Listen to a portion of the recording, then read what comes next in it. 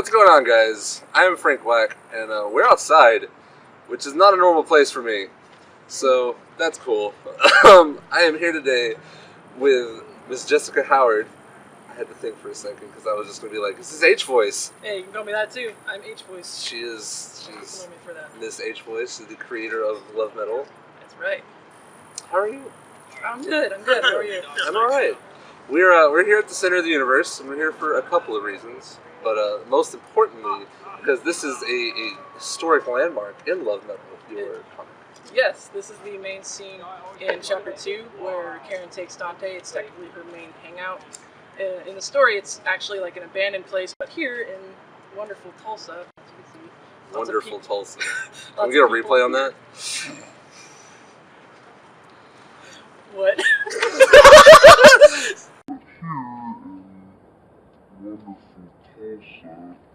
First and foremost, what got you interested in going from just being, I don't want to say it this way because it's going to sound horrible, I'm going to do it anyway, being just an artist to the creator of a world in Love Metal and the characters and all of it?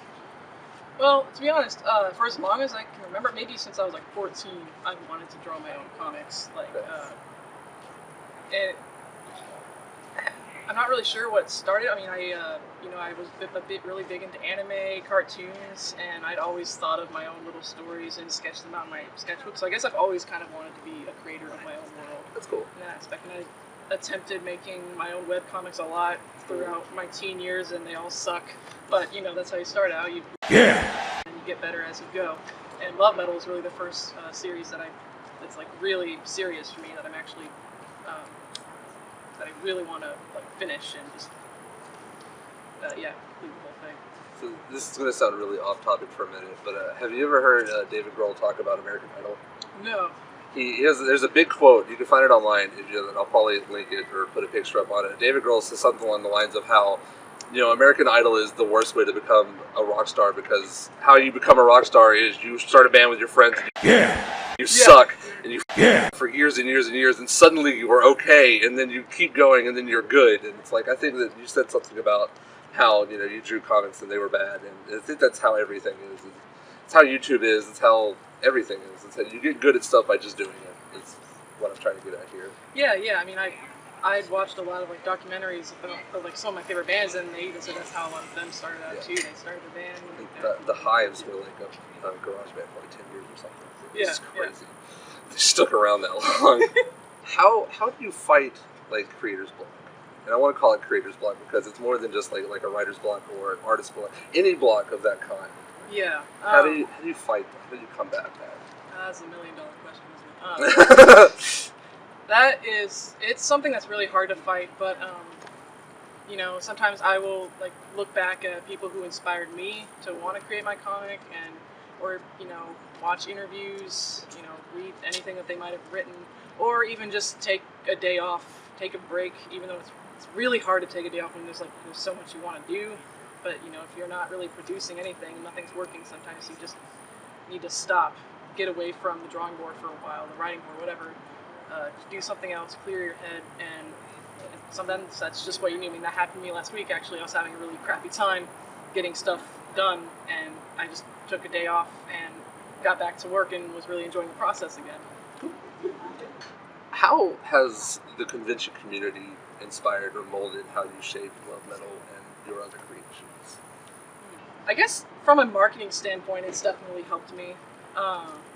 And definitely getting feedback from readers can shape certain parts. I don't really remember particularly what parts of the story really changed or was shaped because of feedback.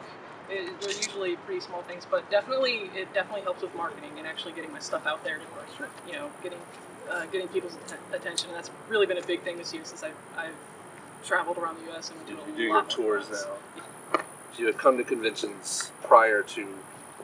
Gone to conventions as a congoer rather than just as a member of the Artist Alley or a vendor.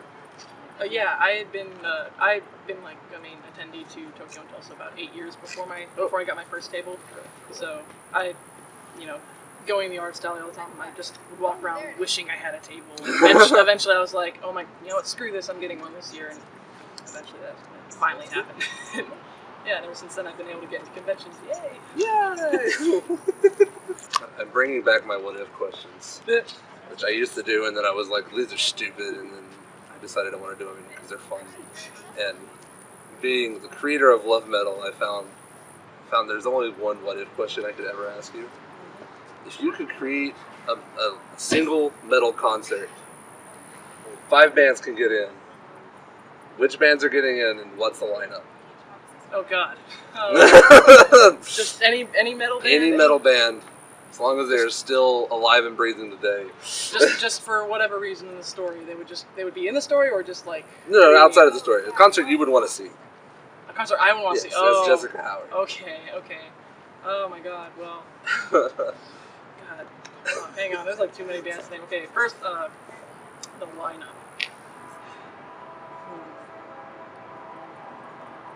That's exactly why I wanted to ask this. that look is exactly why I asked that. In no particular order. Okay. 5 bands I would choose would be.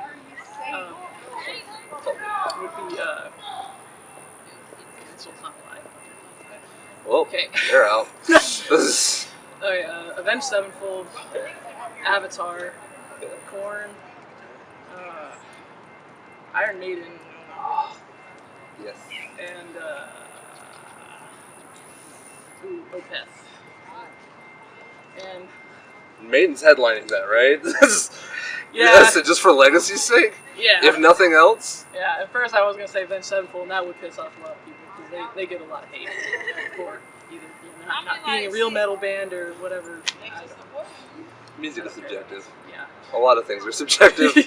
You're entitled to your wrong opinion, it's fine. Sorry. But yeah, those are the bands I would want to see.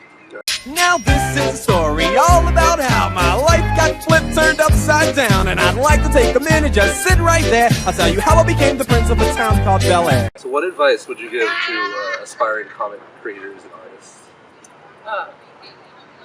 It's gonna sound pretty vague, but write what you like, things that inspire you, and not to say what you should and shouldn't do, but like try to avoid writing things that are just popular for the sake of it being popular and just running off that trend. If you really don't enjoy what that is, it might just come off empty. I don't know.